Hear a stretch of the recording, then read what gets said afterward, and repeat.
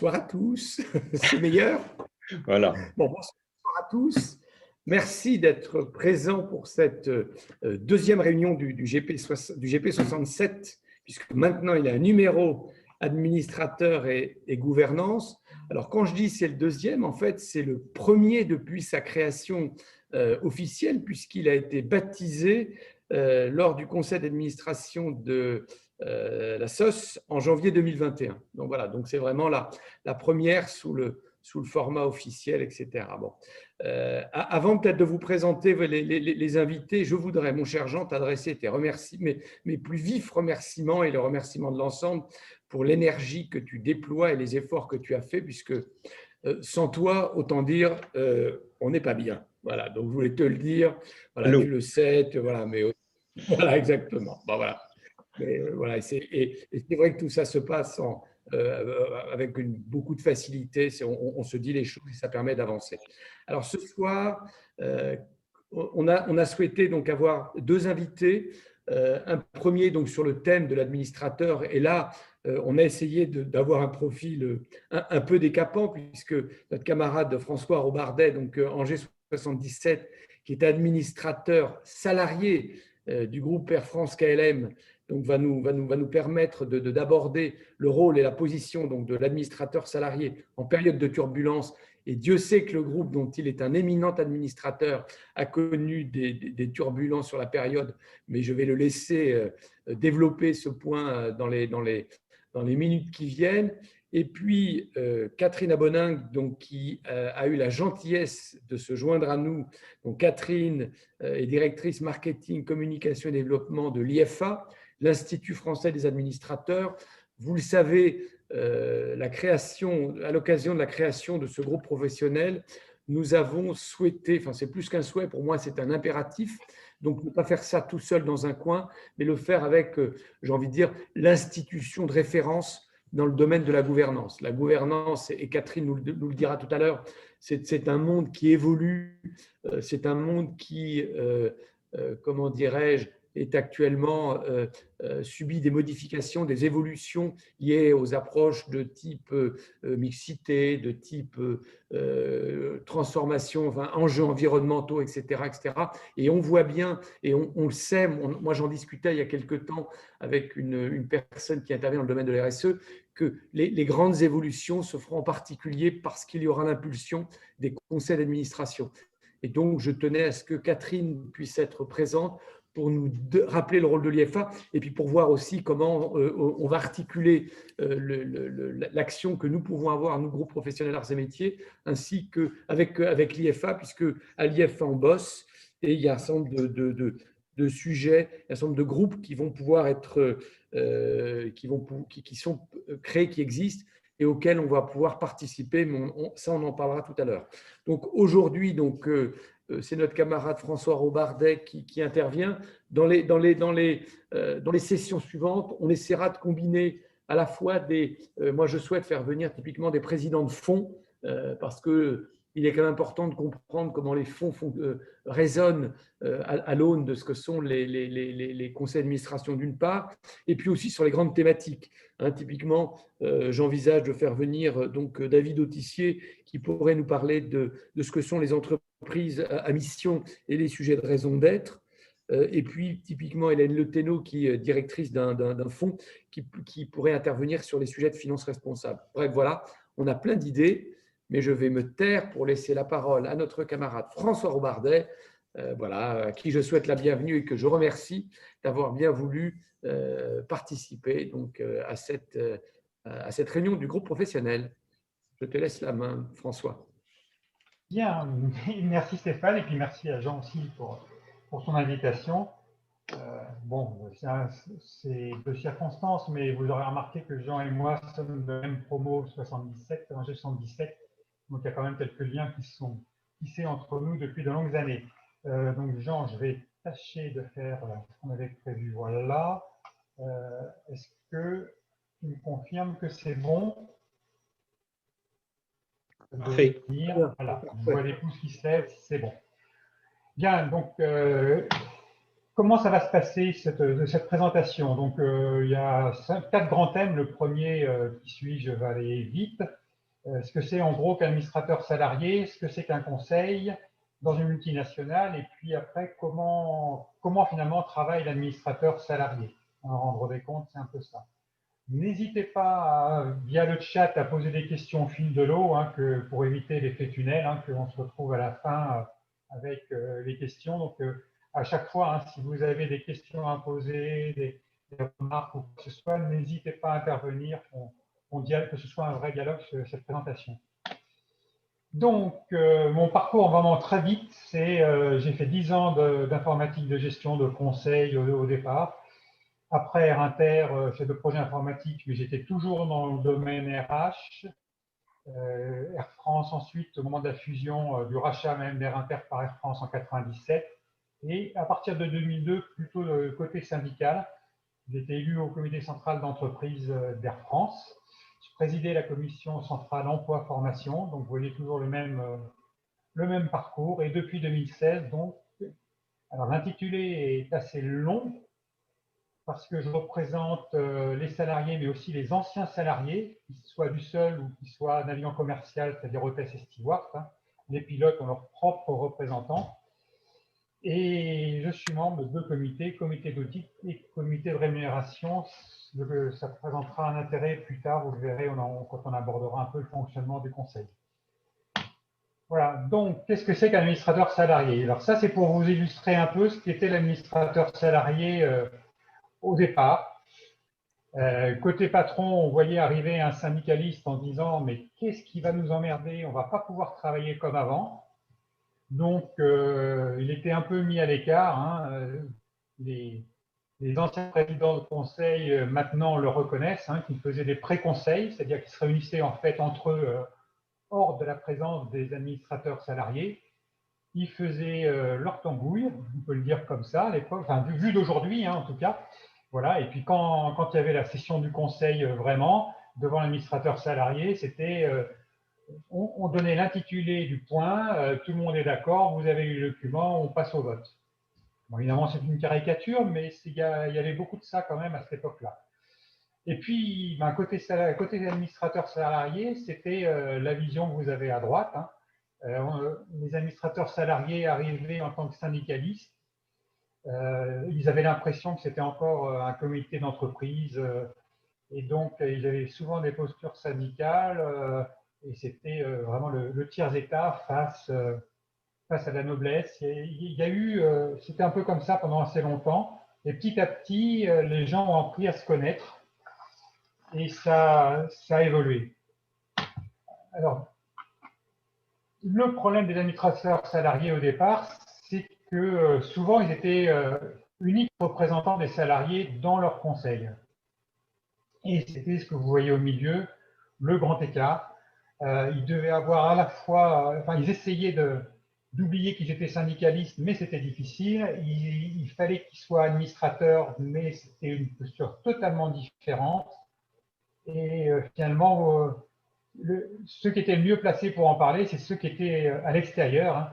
Quand vous étiez administrateur salarié, que vous rencontriez vos collègues, c'était ouais, tu sers les patrons. Bon, typiquement, cette caricature de la CFDT de l'époque. Hein. Pourquoi la CFDT? Bon, déjà parce que je suis à la CFDT, mais indépendamment de ça, surtout, c'est la première organisation syndicale en termes d'administrateurs salariés. Il y a toujours eu le souci de participer finalement à la vie de l'entreprise de cette façon-là également, et on était très actifs y compris dans les projets de textes de loi qui ont pu régenter les administrateurs salariés. Donc voilà, ça a été une période assez délicate, mais petit à petit, et là, donc je pense que Catherine en parlera, mais le rôle de l'IFA, l'Institut de formation des administrateurs, a été très, très important. Quoi. Quand on est maintenant administrateur salarié et qu'on commence par cette formation, déjà, ça nous remet bien comme il faut. Quoi. Voilà, on sait ce qu'il faut faire, ce qu'il ne faut pas faire très rapidement. Après, à nous de le mettre en place. Mais c'est important d'être soutenu parce que quand on est en conseil, vraiment, on se sent un peu seul. Hein. Le deuxième point, c'est l'organisation syndicale qui doit soutenir aussi. Hein. La fonction d'administrateur, même encore aujourd'hui, est mal appréciée. Il y a toujours beaucoup de travail à faire en interne au sein de nos syndicats pour faire comprendre ce qu'on est en train de faire. Et puis, le dernier point, c'est comment on est accueilli par les autres administrateurs. Et là aussi, ça rejoint un peu ce qu'on disait précédemment. On est de mieux en mieux accueillis. Alors, comment fonctionne un conseil de mon point de vue, comment je l'illustre? Déjà, ce que ça n'est pas. Et pour avoir fait du foot pendant très longtemps, je sais un peu de quoi je parle, c'est surtout pas une équipe de foot. C'est une équipe, mais surtout pas une équipe de foot. Une équipe de foot, vous avez peut-être vu encore hier soir pour ceux qui aiment ça, c'est 11 joueurs, et puis sur les 11 joueurs, il y en a 10 qui peuvent marquer un but à tout moment, et puis 11 qui peuvent empêcher un but de marquer à tout moment. Et puis quand on regarde une photo d'une équipe de foot, on ne voit pas trop les différences a priori, quoi. Par contre, c'est ça. Voilà. Pour moi, un conseil d'administration, c'est ça. C'est comme une équipe de rugby. Et le plus important, finalement, c'est ce qui est écrit dans le cartouche en bas à droite. Hein. Chaque joueur a un numéro qui correspond à un poste bien défini. Et quelle que soit sa morphologie, donc ses compétences, on peut trouver sa place dans un conseil. Alors, je vais m'appesantir un peu là-dessus, mais n'hésitez pas à intervenir. Hein. Dans un conseil, chacun a sa place. Et le plus important, c'est de rapidement être reconnu pour ses compétences. Et à partir du moment où on est reconnu pour ses compétences, bon, l'administrateur salarié, au départ, ce qu'on attend de lui, c'est qu'il parle de l'entreprise. Hein, on verra pourquoi après, de par la répartition des administrateurs. Donc, il parle de l'entreprise. Et surtout, donc, une fois qu'on est reconnu comme expert dans un domaine ou dans un autre, c'est là où ça devient intéressant et c'est là où on peut vraiment influer sur les décisions, se faire entendre, quel que soit d'ailleurs l'administrateur, qu'il soit salarié ou un autre. Ce qui est donc important une fois qu'on est reconnu, c'est que quand on prend la parole sur son domaine de compétences, on est écouté comme un expert. Et donc, les gens se disent, tiens, c'est important ce qu'il nous dit et comment ça peut influer sur la décision qu'on a à prendre. Et il ne faut pas hésiter, encore une fois, quel que soit le profil, le type d'administrateur, il ne faut pas hésiter à intervenir quand on n'est pas sur son domaine de compétences. Parce que dans ce cadre-là, bon, on est en dépassement de fonction, les autres savent qu'on joue finalement le rôle du candidat.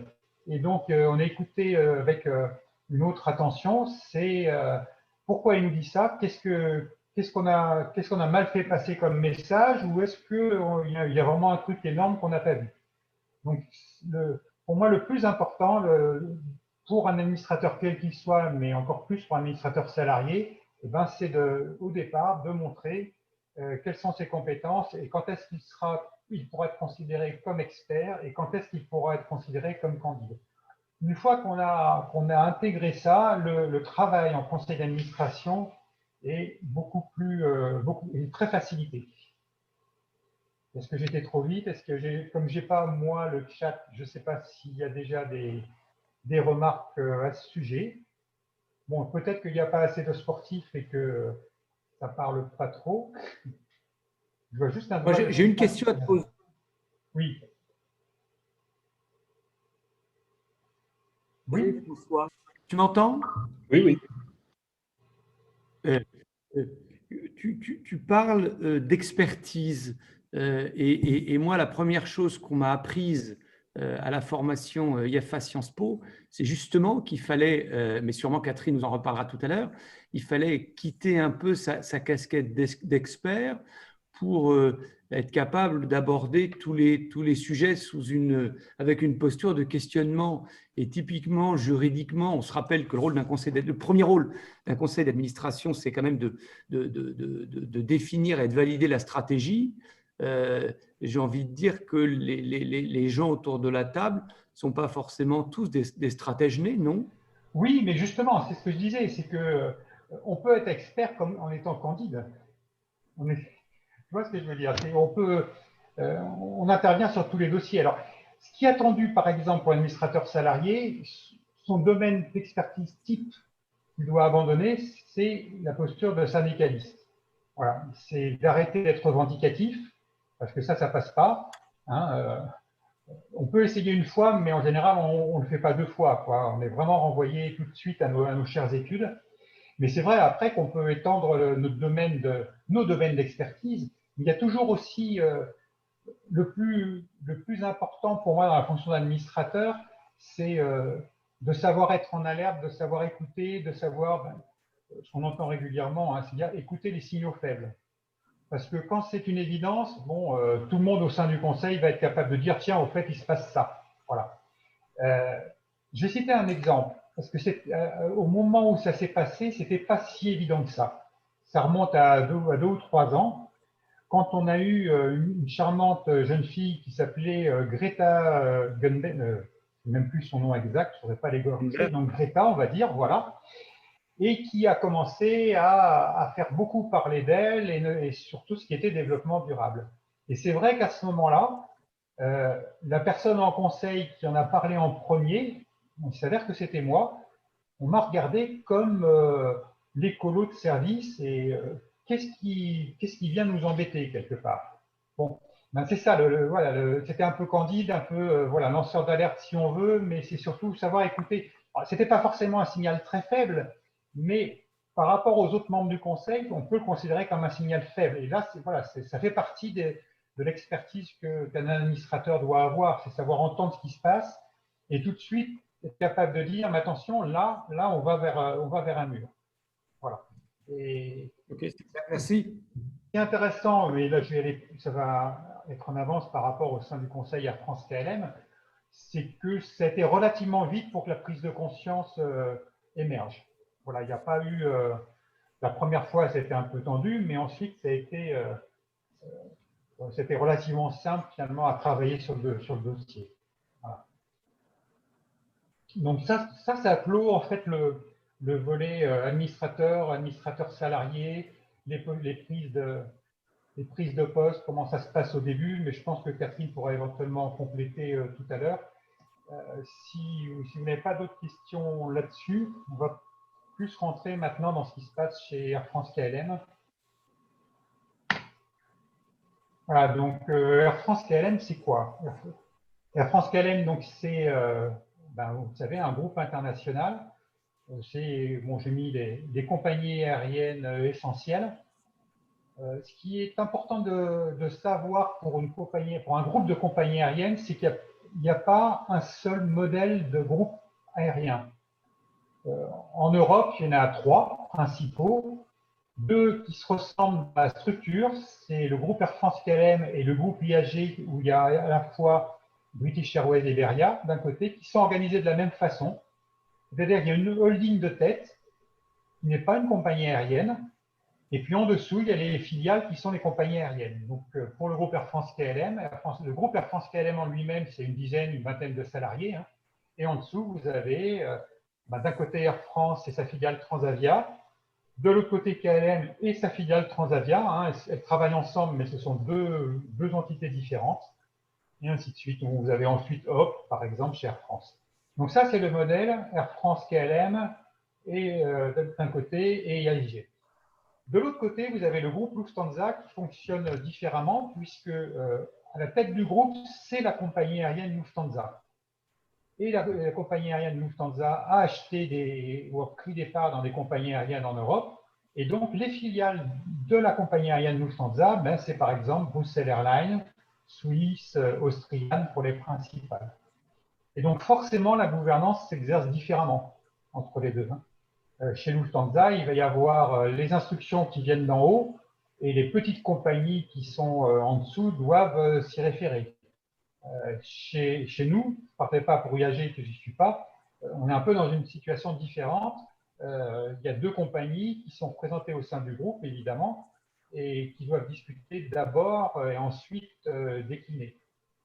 Ça, c'est le premier point. Le deuxième point que vous voyez là, c'est il y a 40% de l'actionnariat qui est non répertorié.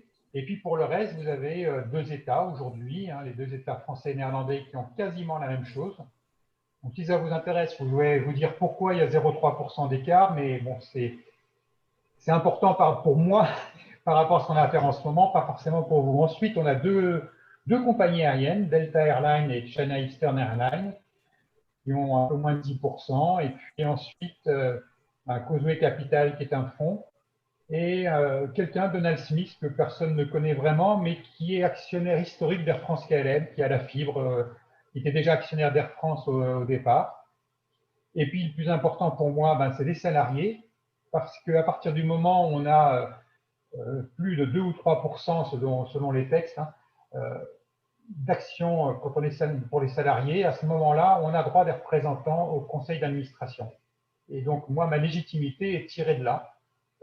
Au départ, les salariés avaient près de 10%, et puis petit à petit, il y a eu des ventes, il y a peu eu d'opérations de reconstituer le fonds finalement d'actionnariat salarié, des dilutions, ce qui fait qu'on est aux alentours de 4% aujourd'hui. Voilà. Tu es administrateur du groupe, de la holding qui est en France, ou tu es administrateur d'une holding qui n'est pas en France? Enfin, c'est juste pour bien comprendre.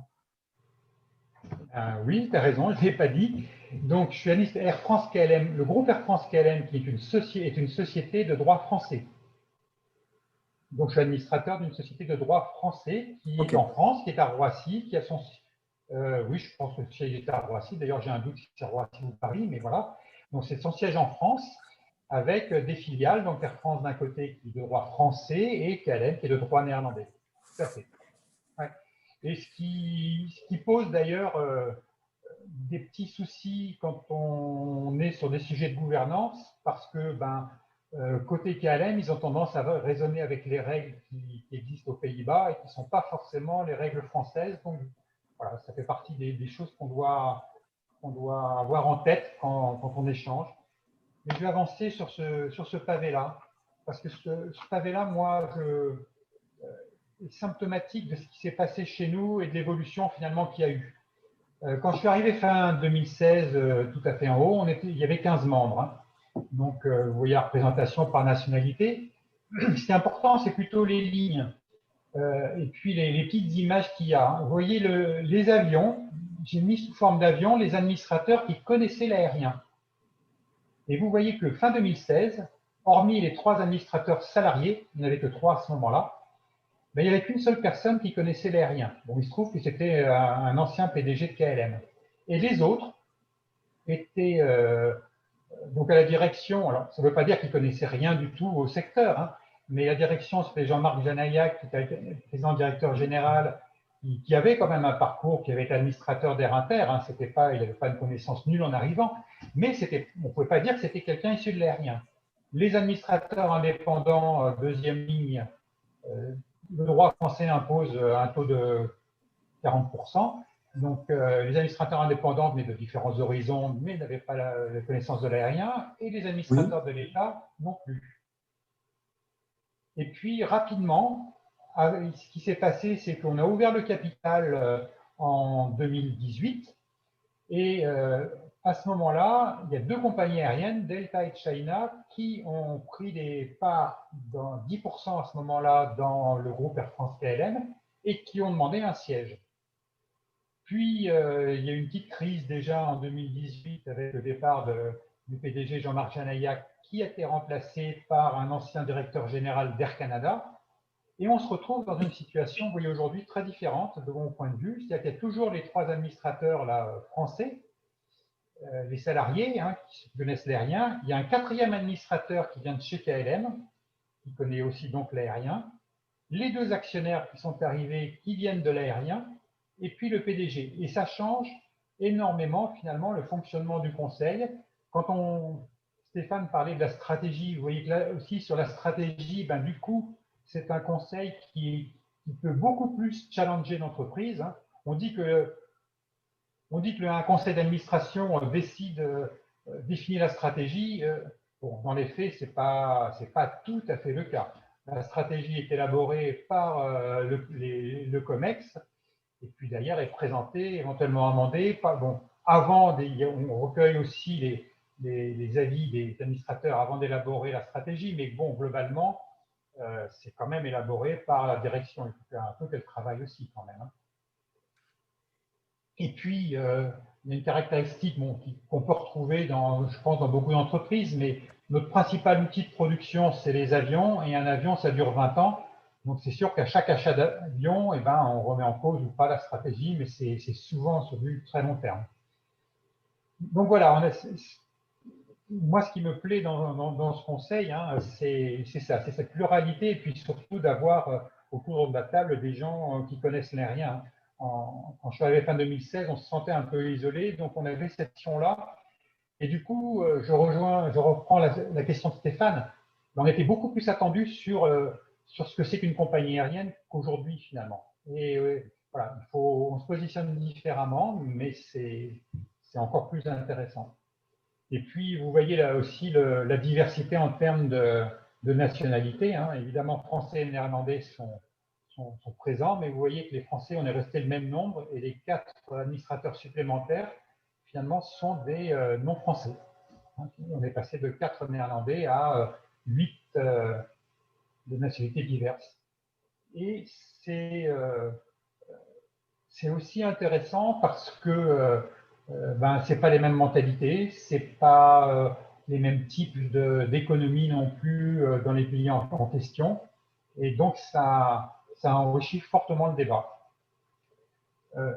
Pour l'anecdote, la langue du conseil étant, comme on est une entreprise française, est français, mais il y a évidemment des traducteurs simultanés pour que tout le monde puisse se comprendre autour de la table, parce qu'il y en a certains, pour moi, c'est du chinois ce qu'ils disent, au propre comme au figuré.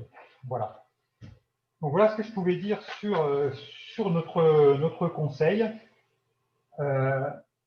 Pour avancer un peu sur le fonctionnement d'un conseil, on a coutume de dire qu'en ce moment, on est dans une phase de crise assez extraordinaire. Malheureusement, ce n'est pas le cas pour Air France KLM. Je vous ai mis là un extrait avec le nombre de réunions qu'on a pu avoir l'année dernière. Enfin, c'était 2019 et 2018. Normalement, un conseil se réunit 5 à 8 fois dans l'année. Nous, on n'y est jamais. On n'est jamais à ce niveau-là. 2018 était extraordinaire parce qu'il y avait le départ de Jean-Marc Janaillac et puis l'arrivée du Canadien Ben Smith. Mais on est quand même sur un rythme de travail, de réunion qui est énorme au sein de ce conseil. Donc, un conseil, pour ceux qui ne savent pas… Tu as 2 questions. Pardon. Tu as 2 questions qui te sont posées. Si tu pouvais peut-être répondre. Vous allez regarder le chat, c'est ça? Alors, les deux questions, il y en a une première qui est sur le choix des administrateurs. C'est comment sont-ils choisis dans chacune des catégories? Et puis une deuxième, c'est est-ce que ce sont des vrais débats ou est-ce que tout est préparé et que c'est un peu chambre d'enregistrement ou et comment travaille avec les commissions? Mais ça, c'est un petit peu anticipé par rapport à ce que tu vas dire, je crois. D'accord. Donc, oui, donc je vais revenir sur cette planche-là pour la question sur le choix des administrateurs. On a… voilà, finalement, je vais le faire en 2 temps. Il y a les salariés. Les administrateurs salariés, vous voyez qu'on est 4, mais il y a 2 types d'administrateurs. Il y a ceux qui représentent les actionnaires, dont je fais partie. Donc, nous, on est élus par les salariés actionnaires. Et pour Air France KLM, le mode de scrutin, c'est une action, une voix. Voilà. Et donc, ça se passe tous les 4 ans. Et tous les 4 ans, pour moi, ça va être l'année prochaine, il y a une élection auquel participent les salariés. La particularité chez nous, c'est que les anciens salariés qui ont conservé les actions votent aussi, même s'ils sont dans une autre entreprise, même s'ils sont retraités. Voilà. Donc ça, c'est pour les salariés. Ensuite, il y a les principaux actionnaires. Donc là, ils sont au nombre de 4 aujourd'hui. Il y a les États. Vous voyez là sur la planche du bas que l'État français nomme 3 administrateurs, l'État néerlandais en nomme 1. Et sur les indépendants, là, c'est le conseil qui va les choisir, mais je vous dirai comment plus tard. Et d'ailleurs, je vais parler aussi à ce moment-là du choix de la direction, enfin du directeur général et du président. Et ça, je vais l'aborder via les comités. Et La deuxième question, c'était sur le fonctionnement des conseils. Je pense, bon, moi quand je suis arrivé fin 2016, vous voyez comment était la répartition, je pense que c'était plus peut-être une chambre d'enregistrement. Ça n'est plus du tout aujourd'hui. C'est très, très challengé. Il y a un point, par exemple, qui a fait débat depuis 2018 et dont vous entendez parler aujourd'hui, c'est l'évolution d'Air France sur son court moyen courrier. Est-ce qu'on continue avec Hop ou pas? Voilà. Donc ça, c'est des questions, par exemple, qui ont été énormément débattues en conseil. On a des gens qui sont issus de compagnies aériennes. Les trois qui connaissent l'aérien en dehors des administrateurs salariés sont issus de secteurs, de régions du monde où il y a très peu de filiales comme on a pu avoir avec Hop. Donc il y a un débat certain qui s'est établi et le conseil n'est pas une chambre d'enregistrement.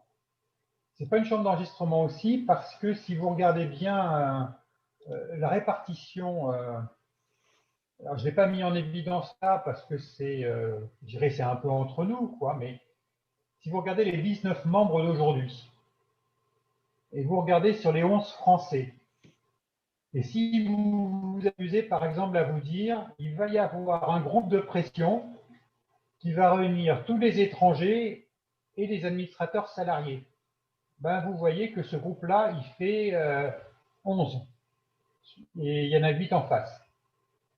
Il y a 8 Français, finalement. Il y a 8 Français, 3 administrateurs salariés français et puis 8 de l'autre côté.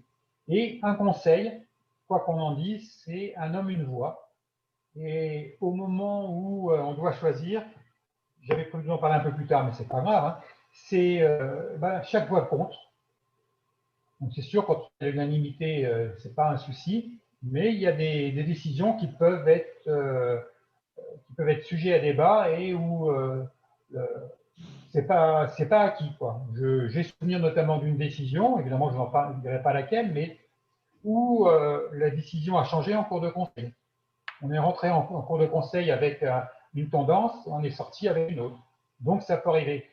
Heureusement que c'est rare, j'ai envie de dire, hein, parce que sinon ça voudrait dire qu'on n'a pas suffisamment quelque part travaillé les dossiers en amont, on n'a pas échangé avant le conseil en question par rapport à la stratégie, hein, c'est forcément des points importants. Donc je dirais heureusement qu'il n'y a pas trop de cas comme ça, mais ça peut quand même arriver. Il y a des cas où c'est un peu plus... Là c'était sur la stratégie, mais je vais aborder avec les comités, ce sera plus simple. Donc voilà, on a 4 comités chez nous. Un comité sud-droite qui est récent. Je vous ai évoqué le cas de Greta et c'est à ce moment-là qu'on l'a mis en place. Et 3 autres comités qu'on retrouve dans les conseils d'administration de manière générale. Ce n'est pas exactement les mêmes à chaque fois, hein. Nous, voilà ce qu'on a. C'est un comité d'audit qui est en charge de regarder le budget, le suivi des comptes, qui va par exemple aborder, quand ce sera le jour, le projet de recapitalisation et les demandes de Bruxelles. Il y a un comité des rémunérations et puis un comité de nomination et de gouvernance. Je vais commencer par celui-là pour répondre à ta question sur la nomination des autres administrateurs. Les administrateurs indépendants et les dirigeants, donc le président, le directeur général ou le PDG, ils sont chassés quelque part par le comité de nomination et de gouvernance qui travaille pour rechercher souvent avec des cabinets, hein, et qui ensuite présente au conseil. Donc, alors, ça ne veut pas dire que c'est binaire, hein, mais il y a des échanges qui se font de manière plus ou moins formelle. Hein, tout ne se fait pas en conseil. Hein, on échange aussi par téléphone, en binôme finalement, en bilatéral, avec les membres du comité de nomination et de gouvernance au fur et à mesure. Hein, ils prennent la tendance, ils nous informent, mais c'est son rôle de choisir donc les autres administrateurs et notamment les administrateurs indépendants, avec des règles. Hein, peut-être que Catherine en parlera, mais il y a des règles sur la représentation des femmes, sur la représentation des indépendants, ceux qui sont dits indépendants. Mais voilà, c'est son rôle et la plupart des administrateurs, in fine, sont définitivement au Conseil après un vote de l'Assemblée générale. Il y a des exceptions, mais nous, on doit avoir quatre exceptions, les 2 administrateurs salariés et 2 représentants, un de l'État néerlandais et un de l'État français, qui ne sont pas élus en Assemblée générale. Tous les autres doivent être élus en Assemblée générale. Et puis reste le dernier comité dont je n'ai pas parlé, le comité des rémunérations, où là, dès qu'on parle de sous, ça devient plus délicat. Et là, il peut y avoir, sans trahir le secret, des décisions acharnées. Voilà. Et c'est important. Enfin, il y a une question autour de ça, c'est est-ce que tu peux te retrouver, enfin, en tant qu'administrateur salarié, isolé dans certaines circonstances? Et puis, comment tu les tiens? Là, tu vas peut-être dire dans quel comité tu es et puis ce qui se passe. Oui. Ouais. Alors, il y a le comité d'audit et le comité de rémunération. Alors déjà, donc pour ceux qui ont une petite connaissance de l'entreprise, de comment fonctionne par exemple un comité d'établissement d'entreprise et un conseil, moi ce qui m'a surpris, notamment au sein du comité d'audit, parce que c'est là où on creuse les dossiers, c'est que, en tout cas chez nous, il n'y a pas de différence administrateur salarié ou autre. Et au début, j'ai posé une question, j'ai dit je voudrais bien avoir une étude sur tel ou tel sujet. Et j'étais surpris, bon, c'était les débuts, hein, j'étais surpris qu'on me dise oui, vous l'aurez la prochaine fois. Bon, quand on demande ça en tant que syndicaliste, en tant qu'élu en comité d'entreprise, on fait les demandes et puis de temps en temps, on obtient gain de cause. Là, ce n'est pas le cas, quoi. Donc, il y a un réel travail dans ce comité d'audit, une réelle participation des administrateurs, quels qu'ils soient, y compris salariés. Et pour revenir à ta question, Jean, c'est vraiment au sein du comité de rémunération que la posture de la présence de l'administrateur salarié est délicate. Déjà, ce que je voudrais dire, c'est que, ça c'est personnel, mais en tant qu'administrateur, c'est une fonction que j'ai voulu vraiment exercer, je n'y suis pas arrivé par hasard, et je me suis toujours fait un point d'honneur à ne jamais m'abstenir sur un vote. Ça implique donc de beaucoup s'impliquer dans le processus de décision. C'est aussi quelque chose qui est très bien perçu de la part des autres administrateurs, ne pas s'abstenir. Mais c'est là où c'est le plus délicat, c'est quand on est sur des rémunérations. Je ne vous cache pas que quand on a un PDG qui arrive et qui dit le précédent avait 1 million d'euros et moi j'en aurai 4, on se retrouve dans une posture difficile quand on est administrateur salarié. Bon, d'autres aussi, mais en plus en administrateur salarié. Et moi, mon souci, c'est toujours pareil, c'est de voter pour ou de voter contre. Mais dans un comité de rémunération, on ne parle pas uniquement du montant de la rémunération. Notre directeur général aujourd'hui a 1/4 de sa rémunération en fixe et les 3/4 en variable. Et ce qui est très intéressant, c'est que du coup, de discuter sur comment on va faire le calcul de la part variable, quels critères on va mettre en jeu. Et là, l'administrateur salarié, il a toute sa place. Je peux vous garantir, parce que vous voyez, on n'est que 7 hein, dans ce comité de rémunération. Donc, dès qu'on passe au vote, parce qu'il y a quand même une forme de vote dans ce comité de rémunération, il faut qu'on donne un avis. On pèse déjà beaucoup plus. Hein. On pèse un 7e et non pas un 19e comme en conseil. Et vraiment, moi, ça me permet même, je peux le dire parce que je crois que c'était mis sur la place publique, puisque oui, c'était mis sur la place publique.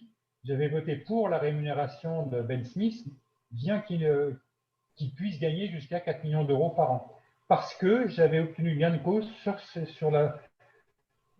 sur le format de sa rémunération variable et je trouvais ça c'était plus important. Alors bien évidemment, au moment où on vote, on donne une explication de vote. En administrateur salarié, on dit que ça ne nous convient pas du tout le montant, même s'il y a des benchmarks, hein, mais ça ne nous convient pas du tout le montant final.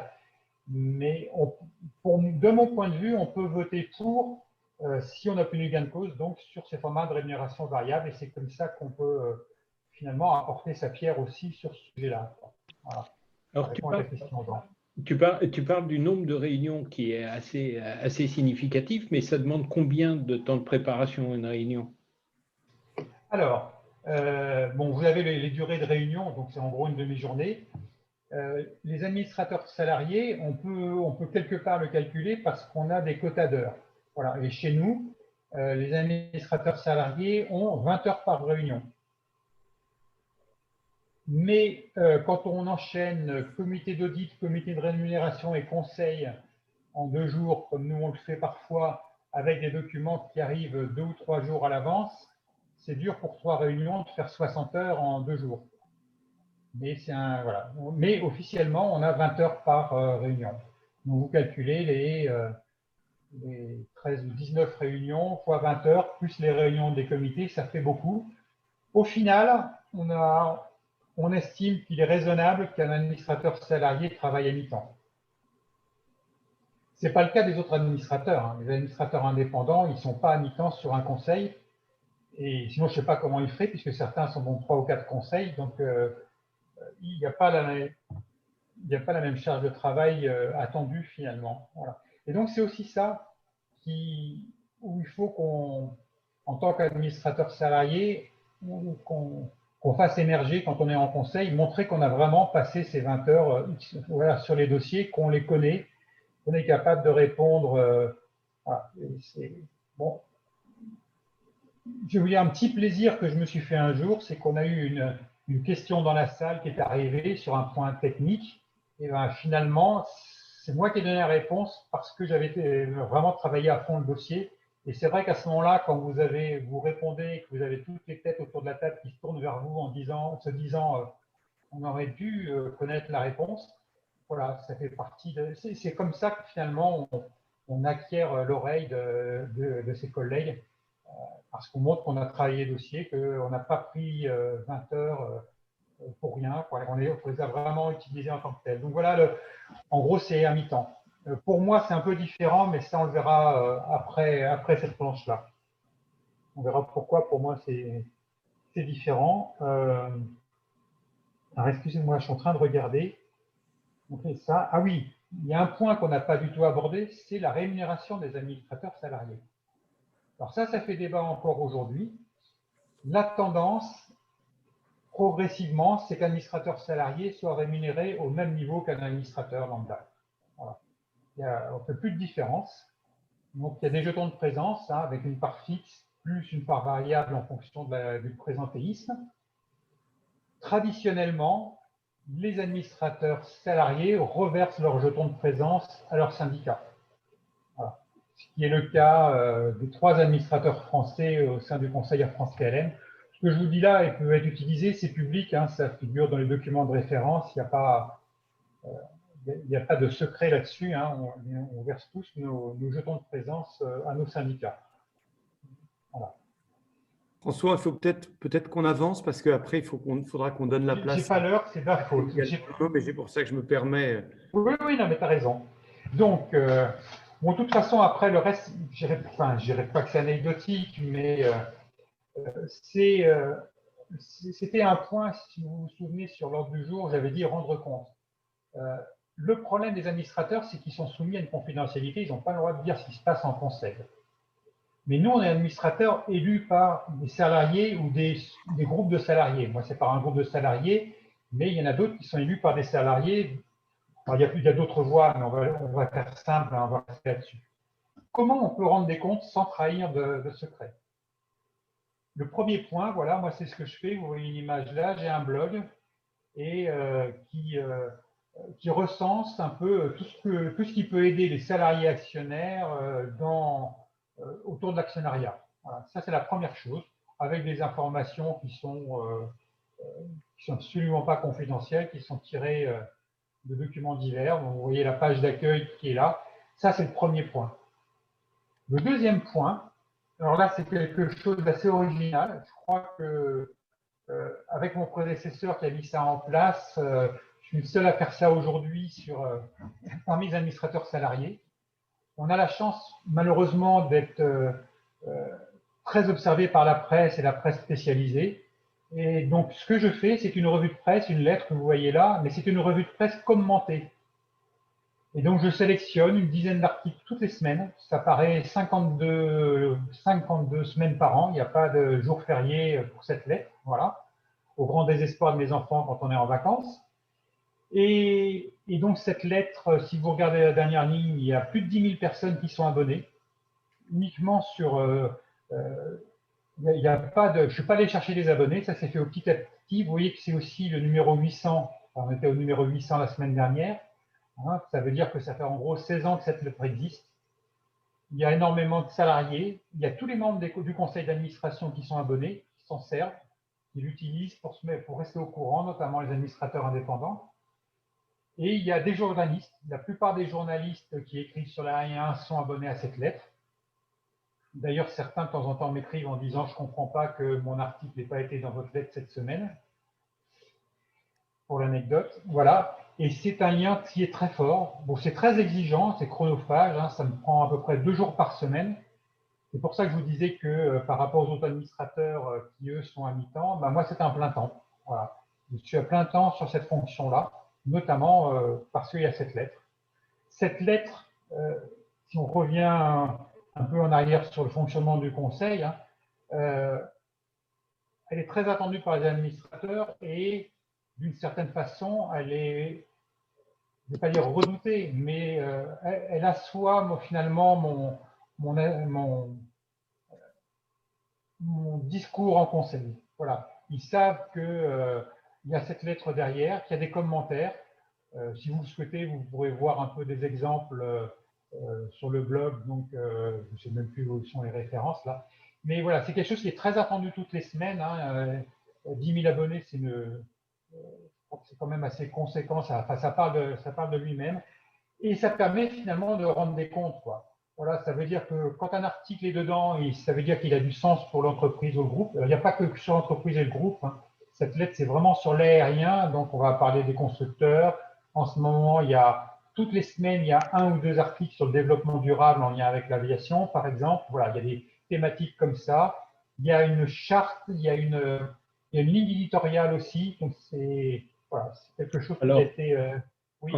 On a envoyé deux lettres, une première à l'annonce du webinaire ce soir et une deuxième pour les participants. Donc, je vous invite vraiment à aller la regarder.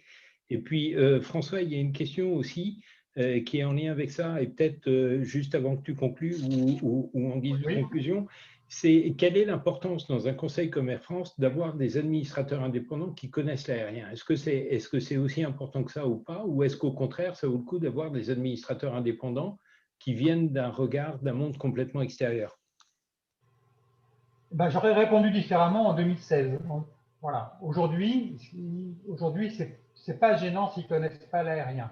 Mais dans les administrateurs indépendants, on a quand même une ancienne ministre des Transports, par exemple. Donc, elle sait ce que c'est qu'un client. Voilà. Il nous faut aussi des compétences financières. On a par exemple une ancienne responsable de la bourse aux Pays-Bas. On a eu dernièrement aussi, il est parti depuis 1 an et demi, l'ancien secrétaire général de l'OTAN. Donc, on a vraiment, on cherche au travers de ces administrateurs indépendants d'avoir des profils financiers, mine de rien quand même.